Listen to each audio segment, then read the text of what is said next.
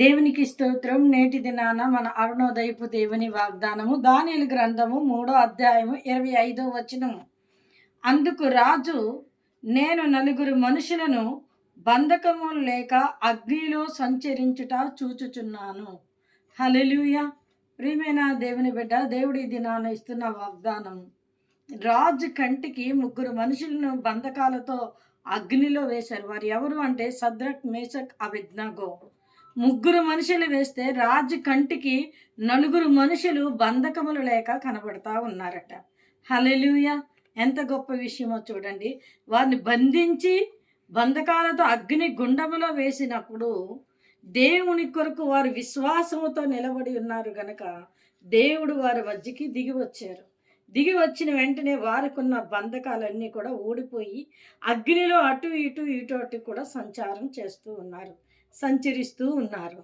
అంటే దేవుని యందు విశ్వాసం ఉన్న వంటి వారికి ఎటువంటి బంధకాలు ఉన్నా ఆ బంధకాలను విడిపించి, ఆ బంధకాల నుండి దేవుడు విడిపించి వారితో కూడా నడిచే దేవుడు మనం ఆరాధిస్తున్న ప్రభు అయిన యేసుక్రీస్తు వారు.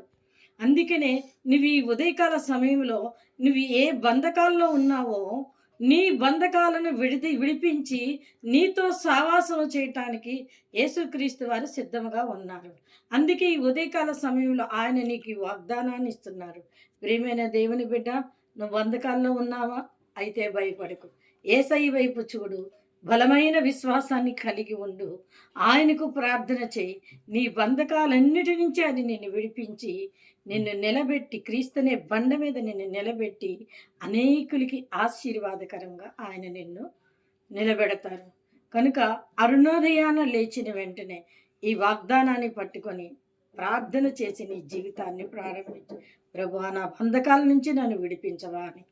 దేవుడు బంధకాల నుంచి విడిపించే దేవుడు కనుక దేవుని వైపు చూడు, ఆయన నిన్ను ఆశీర్వదించి బలపరిచి నిలబెడతారు. ఆమేన్.